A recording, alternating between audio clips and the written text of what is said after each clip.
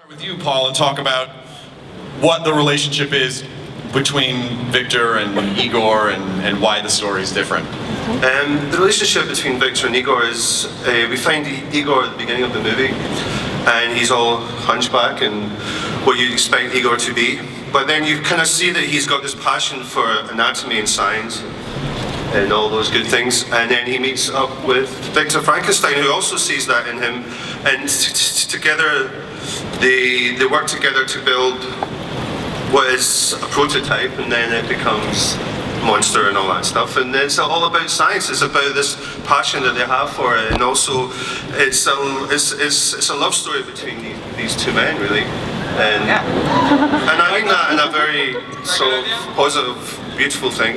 And yeah, it's a love story between these two guys who need each other. In fact, Victor needs Igor probably more than Igor needs Victor in his life, and it's really about creating. It's actually about giving the name Frankenstein back to the scientist, back to Victor Frankenstein. Yeah. And because everyone always thinks it's the monster and all that stuff, so that was great. You know, that was a really good challenge to have. You know. Every time that somebody says to me, "What are you doing at the moment?" I say, "I'm doing this film Frankenstein." I say, "Who are you playing?" I say, "I'm playing Frankenstein." They're like, "You're kind of short to be playing the monster." And I'm like, no, it's the Doctor. So yeah, you're right, we're giving the name back to Dr. Vic. Yeah, people always get that wrong. People are like, no, Frankenstein's monster, it's Frankenstein. By the way, I just want to point out, you have probably the greatest hat I've ever seen in my life, which is, it says, it's Frankie Goes to Hollywood, but it's Frankenstein's monster, and Frankenstein's monster is saying, relax. And they were they weren't sealed for you. Well, we had them made up. Thank you, God. Well, we had them made up for the crew at the end. That was our end of picture gift for all the crew. We've got a really cool hat that you might actually wear outside. Because normally the stuff you get on the dogs you never wear out. You know, whereas this is actually quite a cool hat. Yeah, well, so let's talk about the relationship of Igor and Victor, because from what I understand, I haven't seen the movie. I mean, they wouldn't show it to me. I asked, and they said no. You have to wait. But it seems like that Igor is more of an intellectual equal to Victor in this story, rather than just like a grumbly sidekick. Yes, I mean, at the beginning of the story, as Paul mentioned, Igor is kind of being kept and living in abject sort of conditions where he's treated almost as being sort of subhuman. And then Victor finds me in these conditions and sort of lifts me out of that. And to me, that sets up a very interesting dynamic in their relationship, which is that my life has essentially been saved and made possible by this man. And then as we embark on this journey together, he starts losing his goddamn mind. I'm like trying to like pull him back from the edge of insanity. And it's that thing of how do you stand up to and tell somebody they're wrong when they have given you everything. And it's the imbalance in that relationship and the tension that results from that is kind of what makes it interesting. And ultimately, you're behaving so badly that I'm the only person who sees you when you are at your most charming, charismatic. So I'm the only one who would have any desire to save you. Yeah, I mean, I think the movie's fueled by the fact not just about creating the monster and all that, but also these two guys are together who have such a good time together. And as an audience, I think you want them to be together. It's exciting. They're getting all these adventures and all these scripts.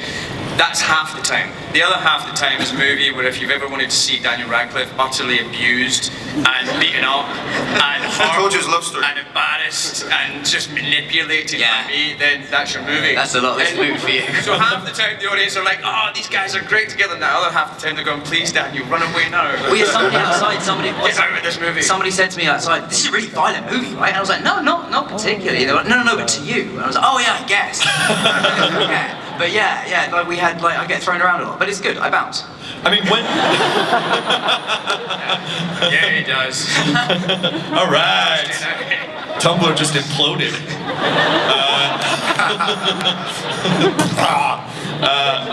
When they first approached you about potentially playing Igor, were you like, what? Are you serious? Or... No, not at all. I was like, okay, cool. Tell me more. That sounds great.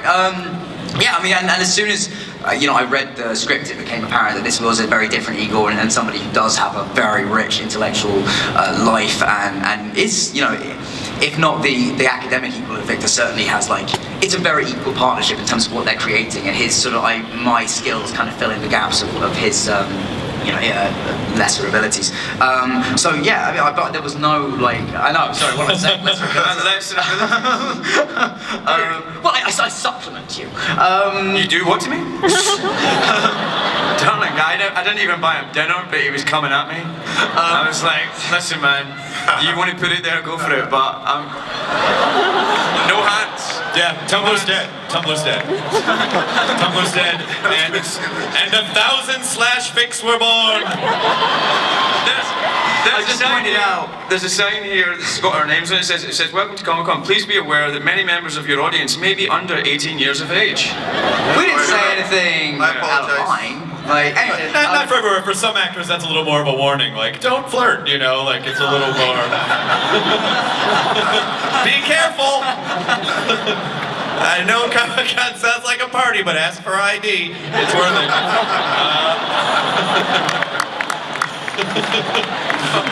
I mean, James, does Victor see Igor as his equal? Does he recognize that in the story? I think, like Liam Neeson in the film Taken, Victor recognizes that he has a very particular set of skills. And he decides that he can use them and use him, but in doing that and manipulating him and totally abusing him and taking advantage of him, he actually comes to love him and care for him and love being with him, and he's excited by the prospect of somebody who is in some ways his equal, but his ego is such, and that his passion and his obsession, which is the thing that we share with Mary Shelley's original book, is obsession. Not just about monsters and all that, but obsession with scientific advancement.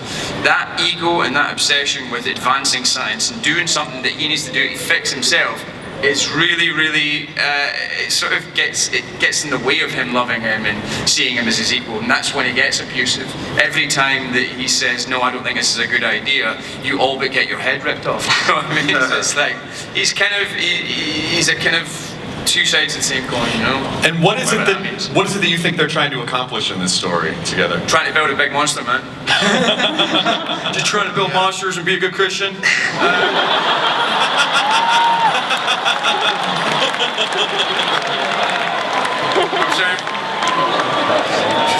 Just gotta love America and build monsters and shit. Yeah. I mean, I absolutely love it when... what are we trying to do? Well, the thing, I think in Mary Shelley's original, for me there was something missing. There was I know that's sacrilege to say to a lot of people and all that kind of stuff. It's an amazing book, a very important book.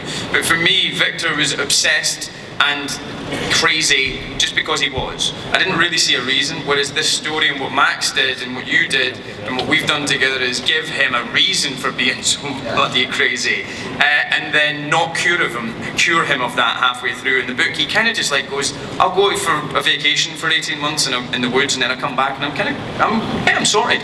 Now we need to kill the monster. Whereas in this, we keep him mad all the way to the end, and I think that's truer to his trauma and his backstory and who he is, and more fun, because mental people are fun. You mentioned Max, and I assume you're referring to Max Landis, Yes. who wrote Who. Max is such a brilliant mind for coming at a story from an angle that you can't. And he says it like you go, I'm gonna go to Starbucks. He'll just be like, oh, what about this? And you're like, damn, yo, Landis. He has such a brilliant mind, and it's such an interesting way of storytelling. Was that what attracted you to direct? Definitely. I mean, Max is kind of extraordinary, isn't he? He's a little bit of a, he's just this extraordinary mind. What he did is he cherry-picked all the good ideas from the movie, from the book itself, and he's created his own monster, within that. So he's made the script which has Igor in it, which of course Igor was never in the book, and it has these other little monsters that have never been in the film. So you know what I mean? So he is his own mad Frankenstein himself, I think he also is just like, it's unashamedly entertaining and like all the way through as well. It's like exciting. It's never just enough for it to be like, oh, do you watching these? You got like the story's always there's like an energy behind it, which I think is from him. Like that's, I mean, there was never one scene in this movie where I just goes, right, I've got an easy day today. No. It's just two guys talking. Not the way we did it, anyway. No, every single time we hit a scene, we're like, how physical and violent can we make this? I know. How dangerous can we make this to each other? Come on, man. Yeah. And we're quite similar in like energy levels Very and much. in terms of physical ability, so we just kind of go at it with each other like every day, 12 hours a day. And then we film. No knee pads. You just. I feel like I feel like he's doing it on purpose, but I don't know if he's doing it on purpose. that's how it is. I am a walking penis joke. That's all I am, man. Always ready to make it happen. Yeah. But there's like one scene we made subtly homoerotic. The one where you're like. Yeah, the first scene we shot. First thing we shot together, which involves a lot of being thrown around. Oh, do you want to act it out, or you just want to talk about it? Go for it. This is the enduring image that I'll take away from the first day of the shoot, right? Wait, what do we do? Are you not doing it?